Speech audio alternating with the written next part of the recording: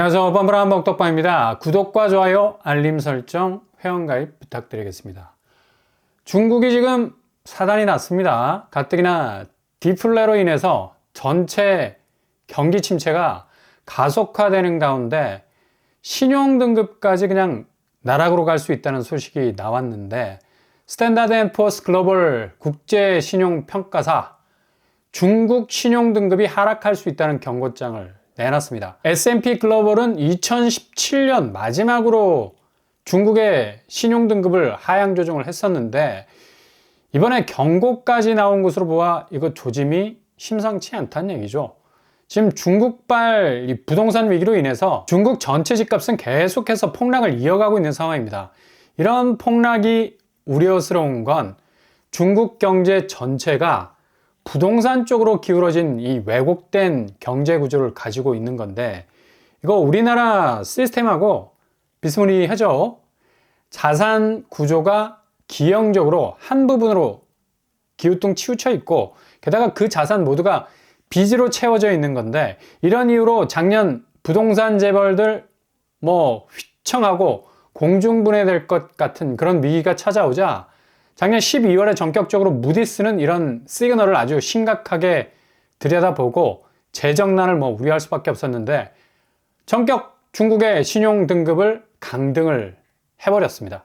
이렇게 강등을 하루아침에 당한 중국이 다시 재기할 만한 여지가 별로 없었죠. 왜냐? 지금까지 천문학적으로 투입된 공적 자금이 제대로 살아날 기미도 보이지 않고 계속해서 이 부동산 시장이 나락으로 가고 있기 때문입니다.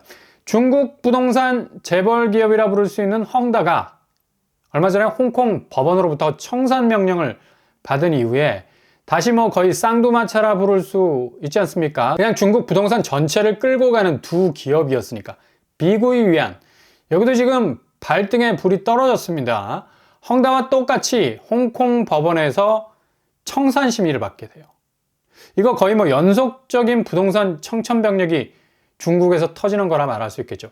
5월에 심리를 거치게 되는데, 아마 이렇게 홍콩 법원으로부터 법적인 심리 과정을 거치는 것 자체가 헝다와 똑같이 청산 과정을 거칠 가능성이 높다는 것을 알 수가 있습니다.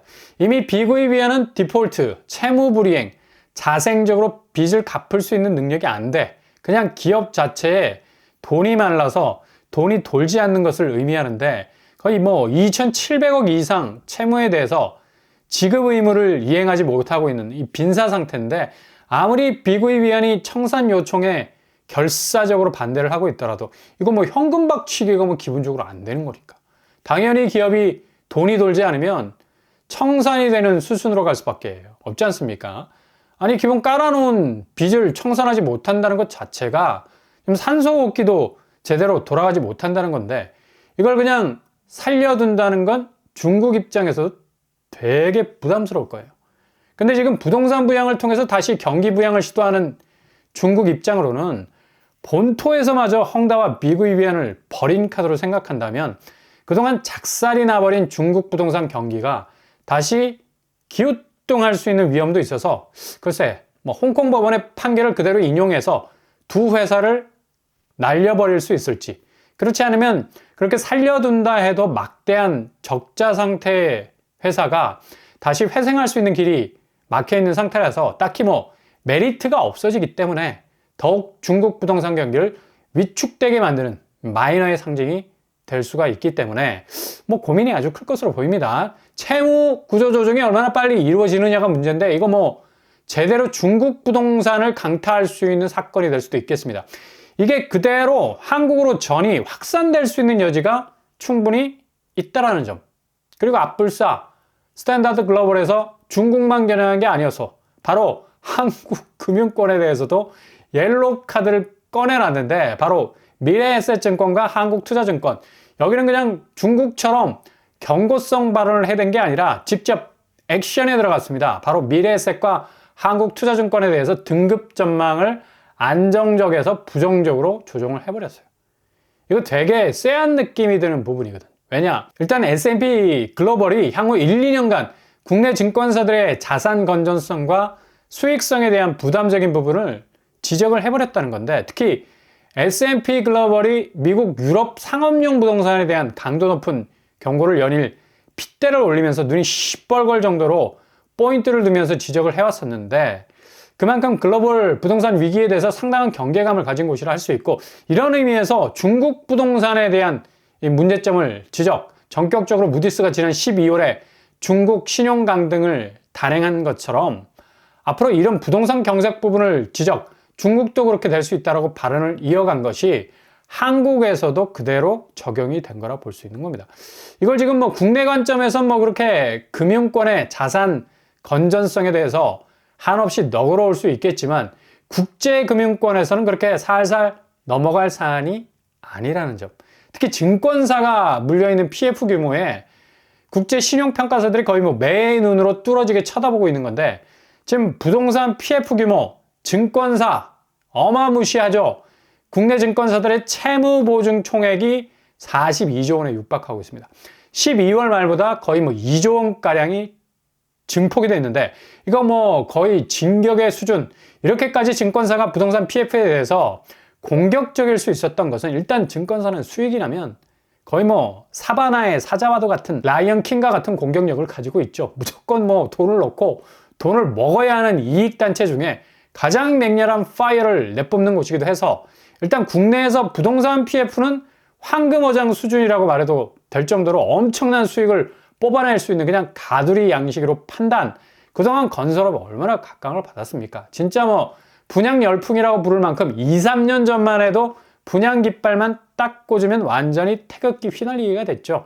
그렇게 많은 수익률이 죄다 돈을 넣었던 건설사로부터, 현장에서부터 전달이 되는 극강의 수익률을 기록을 했으니, 모든 증권사가 하나같이 PF에 몰려들었고, 한국투자, KB, 메리츠, 신한투자, 하나, 삼성, NH, 미래에셋 등등등 레고랜드 여파가 뭐 채 가시기도 전에 건설 부동산 PF 채무 보증액은 급속도로 증가를 한 것으로 보입니다. 이렇게 보증이란 걸 증권사가 섰으니 당연히 사고가 터지면 그대로 떠안을 수밖에 없는 수순으로 가는 건데, 지금 PF 연체율 그리고 대출 금리가 어마무시 상승하는 국면에선 증권사의 채무 보증액은 그냥 부실의 내관이 될 수밖에 없는 거고, 증권사 전체의 PF 연체율은 13%가 넘어간다는 게 엄청난 리스크를 떠안고 있는 부분이죠. 아마 금융권 내에서 저축은행, 여전사, 상호금융이 5%의 연체율을 찍은 것, 보험은 뭐 1%대, 이런 데와 비교하자면 뭐 거의 따라갈 자 없는 극강의 비율을 증권사가 보이고 있는 건데, 금융사가 연체율 꼬리표가 붙는다는 것, 거의 뭐 리스크가 극대화될 수 있는 상징이죠. 폭탄을 떠안고 있는 건데, 가뜩이나 채무 보증액도 40조가 넘는 모든 증권사가 이런 보증을 서고 있었다는 것. 그냥 엄지손가락을 끓어오르는 냄비 속으로 집어넣은 건데, 연체율까지 치솟고 있는 상황에선 건설사들의 부실과 분양 성적 부진으로 인한 지금의 건설 업황이 거의 뭐 최악으로 치닫는 상황에선 정말 끔찍한 일이 펼쳐질 수 있다는 얘기죠. 그러니 이런 돌아가는 판살이 다 꿰뚫어보고 있는 외국 신용평가사가 신용 등급을 안정적에서 부정적으로 그 이정표를 달리 바꿔놓는 거 당연하지 않습니까? 중국발 부동산 위기, 미국 위안의 파산 명령 심사가 이건 그대로 파산 명령으로 확정 판결을 할 가능성이 높은 겁니다. 그만큼 터지고 있는 규모가 엄청난 건데, 그대로 국내 부동산 시장에도 직격이 될 수 있는 여지가 높다는 얘기죠. 중국에 투자한 것도 그렇고, 이건 뭐 거의 직렬 연결이죠. 시중은행 그리고 각종 금융사들이 이런 케이스였고, 가뜩이나 대중국 의존도에 대한 손절에 들어가고 있는 상황에선 이렇게 중국 경기 여파가 부동산 파산으로 인해서 터져나오기 시작을 하면 감당할 수 없는 엄청난 위기가 한국으로선 될 수밖에 없다는 것이다. 이걸 뭐 거래량이 지금 딱 보여주고 있죠. 올해 초 아파트 거래량 1월 37% 정도 증가했다고 합니다. 3개월여 만에 증가라고 하지만 이걸 증가라고 봐야 하나? 건수가 2,500건 수준밖에 안 돼. 그동안 어느 정도 거래가 살짝 살아난다는 지표 수준이 거의 3,000건 정도였는데, 그렇게 30% 이상 거래가 회복되었다 하지만 실질적으로 숫자 넘버링으로 보자면 미미합니다. 여전히 3,000건 아래로 밑돌고 있다는 걸 보여주는 건데, 거래량은 매매가를 들어올리기에는 좀 한심한 수준이라서 그닥 가격 반등이라는 궤적으로 치고 올라가기에는 역부족이라는 사실이죠. 그리고 변수는 매물이 쌓인다는 것. 오전 영상에서 소개했듯이 8만 200건에 이르는 매물이 쌓이고 있다는 거. 이거 거래량을 누를 수 있는 충분한 반작용이거든. 부동산은 항상 작용과 반작용이 상존하는 법인데 이건 뭐 너무 빈약한 거래량에 비해서 매물이 넘쳐나고 있다는 사실입니다. 그러니 앞으로 거래가 선순환적으로 이루어지기는 어렵고 이걸 베이스로 해서 집값이 다시 뜰 수 있는 여지도 입지가 너무 부족한 거 맞고, 게다가 자금이 이제 뭐 정부 쪽에서 스트레스 DSR 적용을 딱 해버리는 바람에 완전히 뭐 대출 한도를 막아버리고 있는데 무슨 수로 집값이 다시 치고 올라갈 수 있겠습니까? 가뜩이나 금융권이 신용평가가 절하가 될 정도로 지금 한국 부동산 외곽의 바운더리는 상당히 마이너합니다. 그냥 손실을 떠안고 있는 상황이라서 외국 신용평가사들도 삿대질을 하면서 뭐 콕콕 뭐 아플 정도로 이런 핸디캡들을 찝어내고 있는 건데, 이걸 극복하고 올라간다? 무슨 뭐 집값이 물살을 거슬러 올라가는 연어야? 연어는 뭐 알을 낳기 위해서라도 목숨 걸고 올라가지. 집값은 그만한 상승 여력을 펼칠 수 있는 내비게이션이 지금 없어요. 그냥 내리 찍히고 있는 모습 그대로인데 아무런 호재라는 불쏘시개가 없는 상황에선 그냥 막막한 사막과 같은 모습을 그대로 연출하고 있는 게 한국 부동산 상황. 전셋값 올라간다고 뭐 폼을 잡고 있다고 하는데 도대체 지금 전세가 어떤 상황인지 아십니까? 그렇게 아주 단단한 모습으로 올라갈 수 있는 여지 별로 없어. 지금 공기관인 허그가 국토부로부터 4조 원의 현물 투자 받았습니다. 그만큼 허그의 기금이 말라간다는 건데, 바로 전세보증금 반환보증. 이게 허그가 되게 중요한 허리 역할을 하는 건데, 부동산 특히 전세 상황이 극도로 안 좋아지니까 2022년 전세값이 고점을 찍고 급락으로 이어지면서 세입자에게 보증금을 돌려주지 못하는 집주인들이 부지기수로 늘었다는 거죠. 허그의 보증사고로만 접수된 액수가 4조 3천억 규모. 그러니 뭐 대신 돈 갚아주는데 온통 정신이 팔려있는 허그는 기금이 완전히 바닥 달 수밖에 없는 거죠. 올해 1월, 그러니까 단 한 달 상간의 보증사고 규모만 3천억에 이른다고 합니다. 와, 이거 정말 어마무시하지 않습니까? 이렇게 밑빠진 독에 물붓기가 되어버리니까 자체적으로 채권을 발행할 수 있는 창구를 열어서 필요한 자금을 조달할 수 있도록 했다는 건데, 이것도 정말 기가 막힌 일이다. 공공기관, 특히 전세보증을 책임지고 있는 기관에서 보증사고가 끊임없이 터지니 기금이 딸리고 그 기금 마련하기 위해서 자체 채권까지도 발행을 하니 지금 전세 시장이 어떻게 역전세, 깡통전세에서 자유로울 수 있겠습니까? 서울 전세가만 보십시오. 그냥 민낯이 딱 드러나고 있죠. 이상하게 강남권 전세가가 엄청난 폭락 양상 보이고 있습니다. 거의 뭐 10억 이상으로 떨어지고 있는데, 이렇게 되면 자칫 보증금 역전으로도 갈 수 있고, 특히 강남에서 이런 분위기 뜨면 당연히 비강남권 역시도 역전세 위험이 높아질 수 있는 거죠. 경기권도 보세요. 그대로 그 분위기 이어가고 있죠. 하남, 성남, 파주 등등등 여기도 뭐 거의 전세가가 반토막이 나고 있는 상황인데 지표는 여전히 전세가가 올라가고 있다? 이거 딜레이입니다. 딜레이. 현장 지표를 빠르게 반영하지 못하는 지연 현상이 일어나는 건데, 지금 장난 아닌 전세가만 봐도 집값 내부 균열이 얼마나 심각한지를 알 수 있는 대목이죠.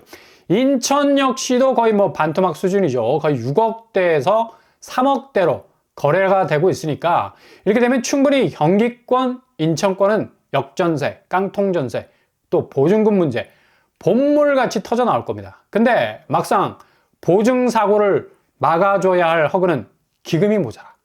국토부로부터 뭐 4조 원 수요를 받고 자체 채권을 발행을 할 정도로 재정적으로 굉장히 어려운 상태라 말할 수 있죠.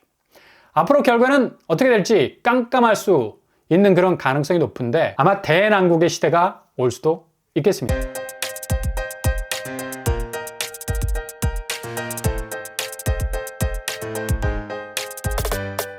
오늘의 부동산 캐릭터처, 중국발 부동산 위기가 엄습해 오고 있습니다. 비구이 위안도 청산 명령을 받을 지경에 이르렀는데 중국 디플레이와 함께 한국을 덮칠 가능성도 아주 높아졌죠. 국내 금융기관도 매일 외국 신용평가사로부터 마이너 평가를 받고 있는 그런 실정입니다. 그만큼 앞으로 펼쳐질 한국 부동산의 운명이 예사롭지 않다는 것을 보여주고 있는 한 단면이라 볼 수 있겠네요. 오늘도 응원합니다. 항상 여러분의 길이 꽃길만 되실 수 있기를 바랍니다. 이상 오빤바라 복덕방을 마치겠습니다. 구독과 좋아요 부탁드립니다. 감사합니다.